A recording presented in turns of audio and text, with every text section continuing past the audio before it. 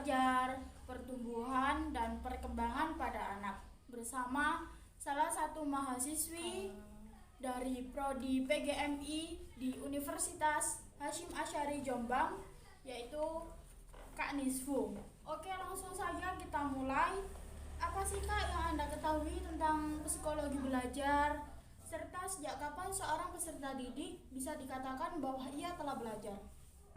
Oke, di sini psikologi belajar merupakan sebuah ilmu yang mempelajari dan mengenali prinsip-prinsip dan tingkah laku dari manusia tersebut selama proses pembelajaran di sebuah pendidikan maupun di luar pendidikan, lembaga pendidikan tersebut. Manusia dapat belajar dimulai dari dia lahir sampai sampai ajalnya. Dan manusia sendiri atau seorang peserta didik dapat dikatakan dia telah belajar itu setelah dia kayak mengalami perubahan pada dirinya, baik dari psikisnya, kognitif maupun motoriknya, dan berubahnya sikap dia selama proses pembelajaran tersebut. Dan perubahan tersebut merupakan wujud dari sebuah belajar selama itu. Oke. Selanjutnya, apa sih perbedaan antara perkembangan dan pertumbuhan? Terus contoh dari perkembangan dan pertumbuhan tersebut itu apa? Perkembangan sendiri merupakan sebuah proses menuju kedewasaan seseorang yang bersifat kualitatif. Perkembangan sendiri tidak ada batasannya, jadi seorang manusia terus berkembang seiring dengan bertambahnya usianya. Contoh dari perkembangan sendiri merupakan itu dari seseorang yang lahir yang tidak bisa melakukan apa-apa dan tidak bisa tidak melakukan apa-apa ya, kayak itu yang tidak bisa melakukan apa-apa jadi bisa berbicara, berjalan, dan berpikir, serta berubahnya pola pikir pada manusia yang telah menuju kedewasaan. Itu namanya perkembangan. Untuk yang pertumbuhan sendiri merupakan proses di mana bertambahnya jumlah sel organisme dalam tubuh manusia disertai dengan adanya pertambahan ukuran, berat, dan tinggi ya, dan sifat psikis pada seseorang. Pertumbuhan sendiri dapat dinilai dengan angka, dapat diukur dengan angka. Contoh dari pertumbuhan sendiri, bertambahnya tinggi seseorang itu kan pertumbuhan, dan serta bertambahnya rambut pada seorang bayi gitu. Oke. Next, apa sih pentingnya mengetahui pertumbuhan dan perkembangan peserta didik bagi seorang pendidik? Mengetahui pertumbuhan dan perkembangan pada peserta didik.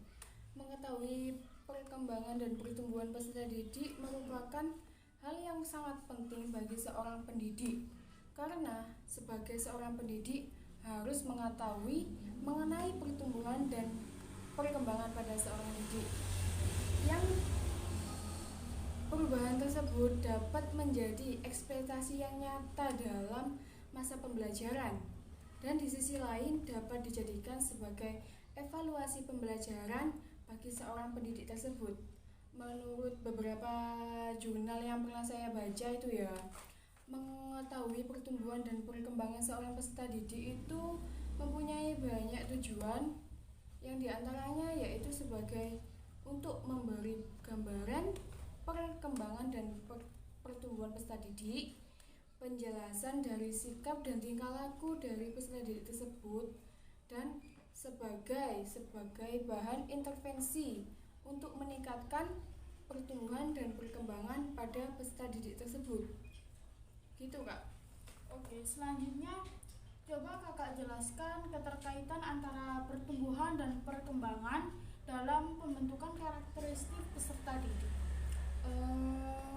Untuk menumbuhkan peserta didik, begini, pertumbuhan dan perkembangan pada peserta didik merupakan suatu hal yang sangat kompleks dalam arti keduanya saling berkaitan dan saling berpengaruh pada jiwa seseorang, jiwa pada anak tersebut. Oleh karena itu, pertumbuhan dan perkembangan tersebut sangat berpengaruh pada terbentuknya karakteristik pada anak tersebut. Di sisi lain, unsur yang terpenting dalam pertumbuhan dan perkembangan anak tersebut untuk membentuk karakteristik adalah pikiran anak itu sendiri. Karena di dalam pikiran terdapat semua program yang terbentuk dari pengalaman hidupnya dari individu tersebut. Apabila pertumbuhan dan perkembangan anak tersebut baik, maka karakteristik yang akan tumbuh dalam dirinya itu juga akan baik. Jadi tergantung kalau pertumbuhannya baik dan pertumbuhan baik, maka karakteristik anak itu tersebut juga baik. Seperti itulah.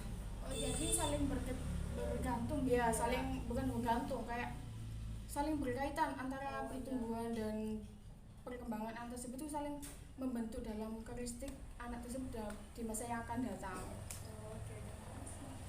Terus next, bagaimana sih Kak mengatasi peserta didik yang telah memasuki usia sekolah dasar tetapi dia tidak mengalami perubahan sikap dan psikis layaknya dengan yang sesuai dengan usianya gitu, kayak nggak sesuai sama usianya gitu. Itu jadi ada beberapa faktor ya yang menjadi faktor dari perubahan sikap dan psikis dari anak tersebut, yaitu diantaranya sebagai faktor dari orang tua sendiri, dari internal. Jadi perubahan sikap itu kan sekolah awal dari anaknya itu kan anak didik itu kan dari keluarganya sendiri. Dari yang faktor yang pertama itu ya dari faktor keluarga internal itu. Untuk yang kedua, pengaruh lingkungan juga berpengaruh pada perubahan sikap dan psikis pada seseorang anak. Untuk yang ketiga, peran guru di dalam sebuah lembaga pendidikan. Untuk itu, peran guru sangat penting dalam proses perubahan sikap dan psikis peserta didik di luar lingkungan rumah, yaitu di sebuah lembaga pendidikan itu. Banyak beberapa cara guru untuk merubah sikap dan psikis pada anak tersebut, yaitu dengan memahami kepribadian peserta didik, menggunakan pembelajaran yang bervariasi untuk meningkatkan potensi peserta didik tersebut serta memberikan stimulasi pada peserta didik tersebut. Dan di sisi lain, jika ada anak yang tidak mengalami perubahan pada sikap dan psikisnya, sebaiknya orang tua dan guru yang sebagai pembimbingnya untuk memberikan perhatian yang lebih kepada anak tersebut untuk menimbulkan sebuah perubahan. Jika tidak ada perubahan, jika sudah melakukan itu tapi tidak ada perubahannya, ya mungkin bisa membawanya ke psikiater atau psikolog untuk menanyakan apa ada gangguan atau ada sel saraf yang tidak benar di dalam otaknya sehingga dia sulit untuk merubah sikap dan psikisnya itu. Seperti itu. Oke, ini yang terakhir, apa pentingnya perkembangan kognitif dan psikomotorik dalam proses belajar peserta didik? Kognitif dan psikomotorik. Kognitif dan psikomotorik di sini merupakan suatu aspek yang penting dalam perkembangan dan pertumbuhan peserta didik dalam proses pembelajaran ya. Dua hal tersebut ini sangat menentukan keberhasilan dari pembelajaran di suatu pendidikan.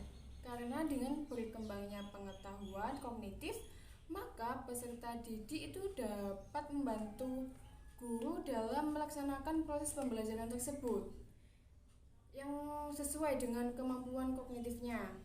Peserta didik itu Dan dengan peningkatan kemampuan motorik, peserta didik itu mampu menerima pengajaran sesuai dengan batasan jenjang. Jadi motorik itu bisa menempuh, bukan menempuh kayak bukan mengejar deadline sih, kayak menguasai pembelajaran apa yang telah disampaikan oleh pembimbing tersebut sesuai dengan usianya gitu. Menurut itu sih beberapa argumen dari saya mengenai psikologi belajar dan pertumbuhan dan perkembangan pada anak. Oke, cukup itu aja Kak. Oh iya, sama-sama. Terima kasih atas waktunya Kak Nisfu, Ya, dan sama-sama. terima kasih juga atas argumen-argumen yang telah Kakak berikan. Oke, cukup sekian dari saya dan Kak Nisfu. Saya ucap terima kasih dan see you. See you. Wassalamualaikum warahmatullahi wabarakatuh.